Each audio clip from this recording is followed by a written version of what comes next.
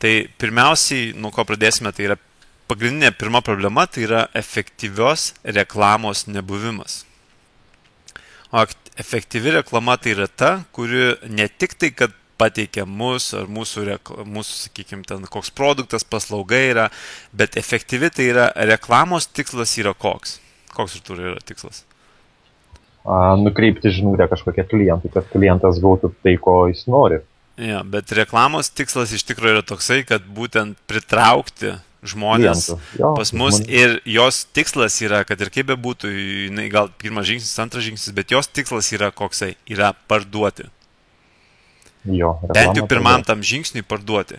Ir kur visa reklama dabar yra kišama? Į pateikti.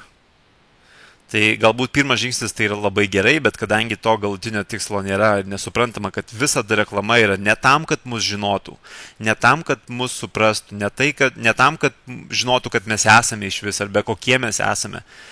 Reklamos yra tikslas, yra parduoti. Parduoti. Pirmą žingsnį link pardavimo. Ir mes, kai turime tą pardavimą pirmąjam nusitakę kaip taikinį, kas tada gaunasi, kad mūsų reklama atspindi būtent tą pirmą žingsnį, kad mes iš tikrųjų viską darome tik tai tam, kad žmogų parduotume. Tai ne iš karto, bet, ta prasme, įsekantį žingsnį.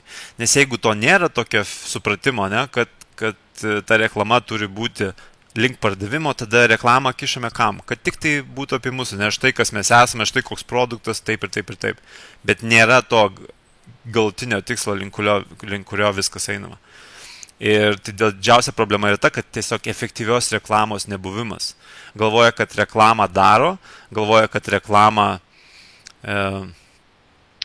paleidžiam, tai to užtenka, arba bent jau tas yra pirmas žingsnis, bet nėra sąryšio tarp reklamos paleidimo ir pardavimo visiškai.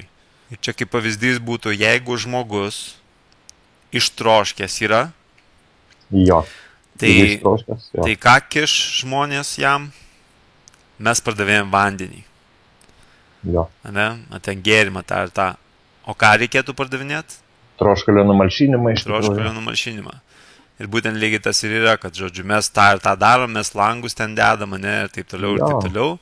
Yra mes tą vandenį, mes tokį dalyką, nors žmogui iš tikrųjų tas neįdomu visiškai, jam įdomu yra troškulį, tai yra, ko jam iš tikrųjų reikia, o daug kompanijų nežino. Ir tada efektyvi reklama iš tikrųjų, kas tai efektyvios reklamos nebuvimas, tai yra, kad nesupratimas būtent, ką reikia reklamuoti.